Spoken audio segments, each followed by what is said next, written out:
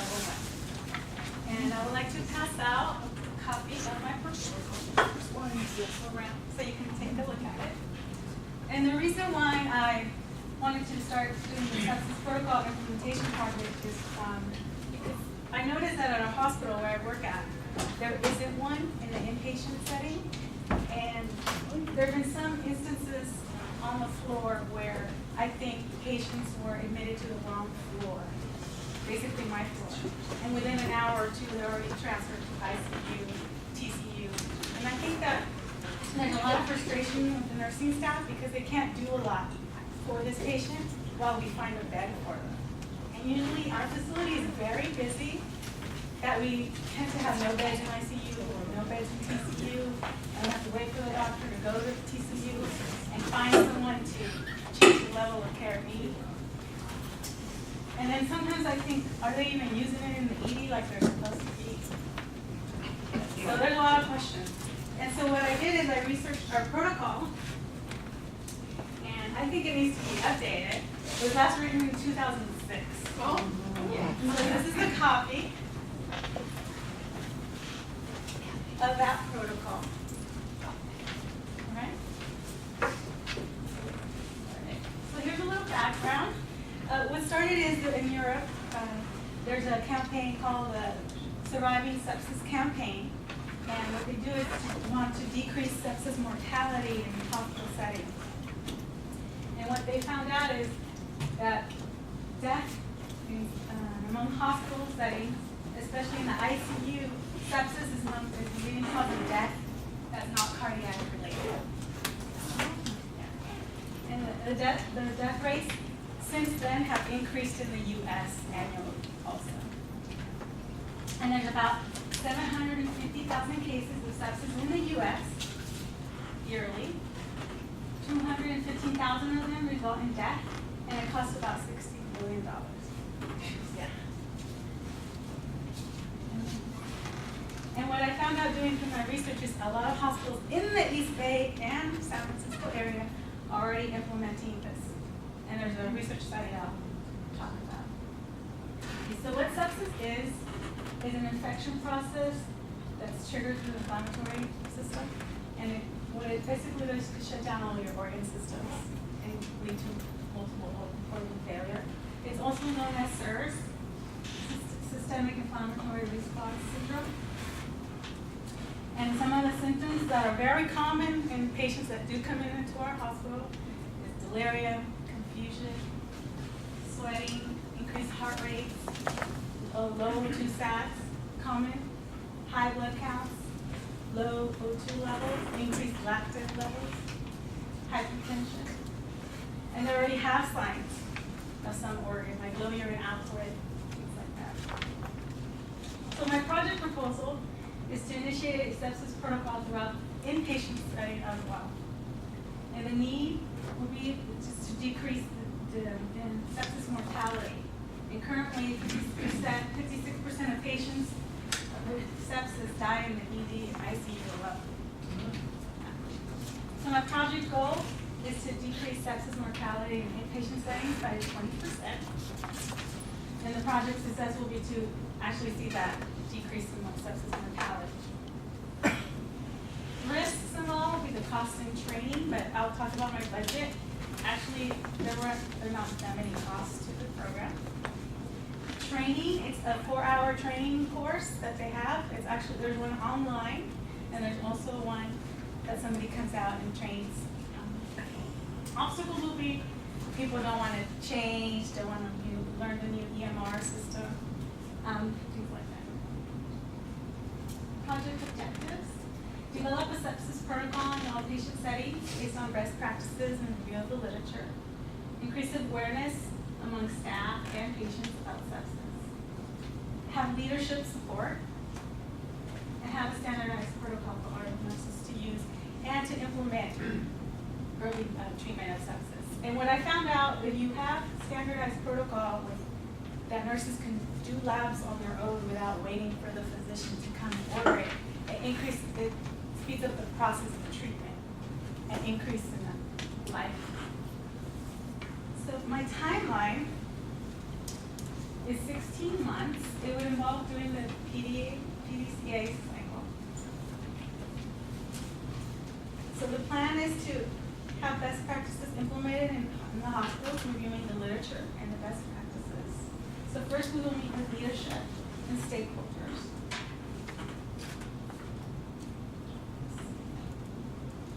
And we also get other departments involved, things like risk management, find out what our current sepsis mortality is also, to find out what we need to improve on. And then what I thought about is, we already have nurses that are in patient PPC committees, patient performance committees. We already pay them to be in these committees to increase quality of care.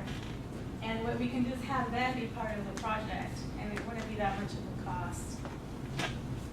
And they will review the literature, determine what is best for our facility, and implement the protocol. And the timeline also includes education of the staff, MDs, work with IT in implementing the changes in our EMR system, and we use currently Epic.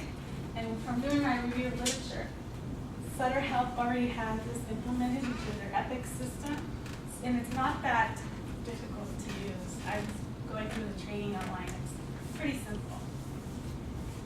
And then to have the rollout process and also include the evaluation of the project.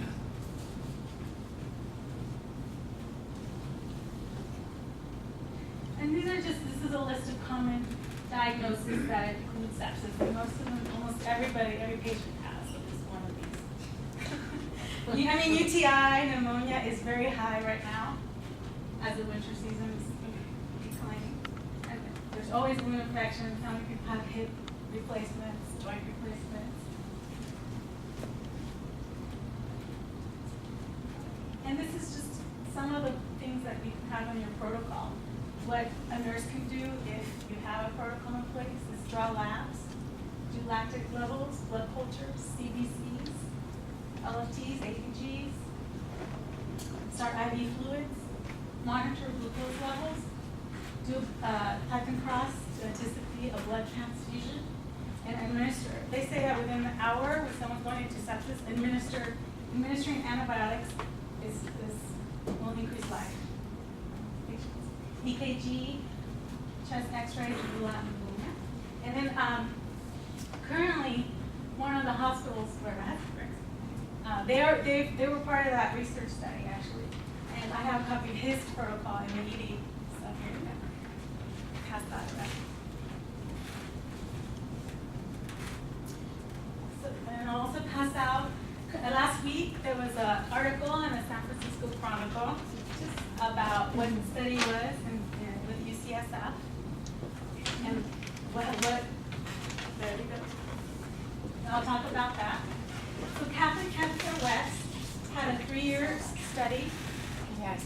And they ended up saving $36.5 million, saving 991 lives, and reducing their sepsis mortality by 33%. Sutter Health saved about 41.3. Cost per day of a sepsis patient, 900, and the average length of stay is 13 days. And Sutter Health, Roseville saw a 50% drop in mortality. And all of this was funded through the Betty Moore Foundation. Budget. All right, so based on our hospital capacity and our beds,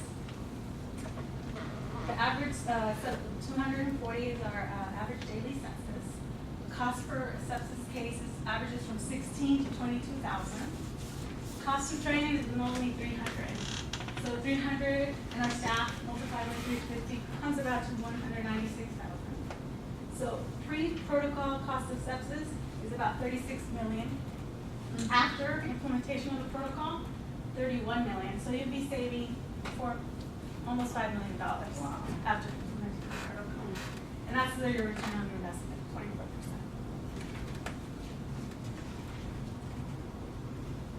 Project goal and objectives just to reduce new patient mortality by 20%. To develop a sepsis protocol for all inpatient studies based on best practices and review of the literature. Have a protocol in place to detect, identify early indicators of sepsis. Project plan is to include the leadership and have a standardized protocol that nurses can use on the floor.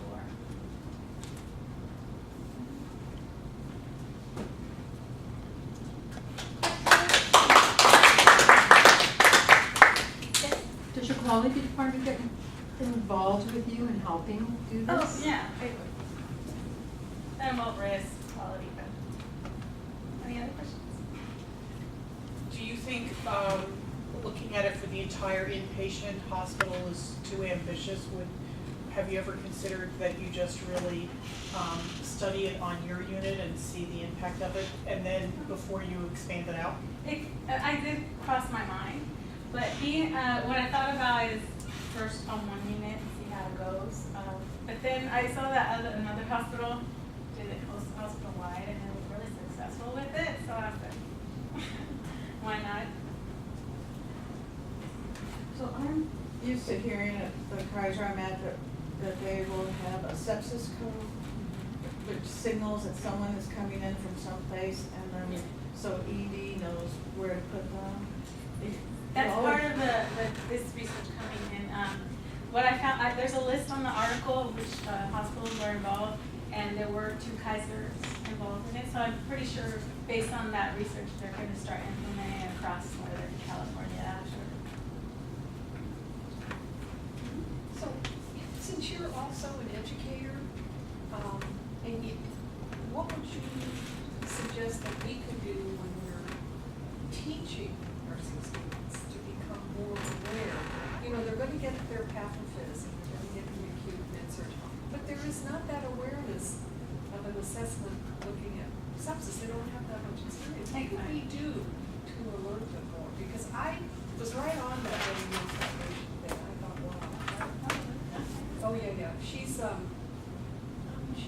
but what can we do to put them out into nursing with this awareness? I mean, what have we been doing Well, all these years? what I found out at Cal State East Bay is that they actually, which I thought was pretty ambitious with the program, but I found out that in the first semester or quarter, they actually wrote a evidence-based practice paper. And now they're thinking that probably shouldn't have done it because it was very confusing because they're undergrads. But yeah, I found that out. And we were actually talking about it. So what I did, That would be good. so when I'm on the clinical floor with that on the floor, I actually do talk to them and remember them about, so what is their heart rate? I give them Q indicators, and then what am I asking you really? When I ask their heart rate, what's their white cow? It's gearing them towards the sepsis. It's in their nursing. This hospital does have it on their nursing flow sheet to monitor the sepsis, and you're supposed to check them. And what I noticed is because they didn't know, they weren't checking it. So then after post-conference, what I did is I showed them a blank flow sheet, and I said, this little box is the sepsis protocol, and I want you guys to do it. And I explained to them, and I actually sent some slides to them from the Society Sepsis campaigns for them to read. So on another thought here, it seems like if you have like the standing orders to draw the blood that would empower us as nurses to go again yet to another level, and I think we need to. Yeah, that's the that's. So that all that. I mean, we already do it in heparin protocols, and morphine PCA protocols. Why not? And just sit down. So I think, just to Pam's point, the project that was done at Sutter and CHW all had to do with simulation and identifying signs and symptoms of sepsis, and then they move into the protocol. So they would simulate a patient coming in with these things that she was talking about, and they'd have to figure it out and initiate the protocol. And the Moore Foundation funded both Sutter and CHW to do that. And they used a company called Medical Sim something with a big bus that comes, and they have actual protocols, and Kaiser's doing it too. Samuel Merritt is doing it. So this is like the hottest thing in simulation is sepsis training. Yeah, that's what the 4-hour classes do. Yeah. Simulation and lecture didactic. Right. Before they move into obviously the protocol, because they've got to have that training. I think that's something that USF should think about doing for their senior students in simulation. Yeah, that would be a good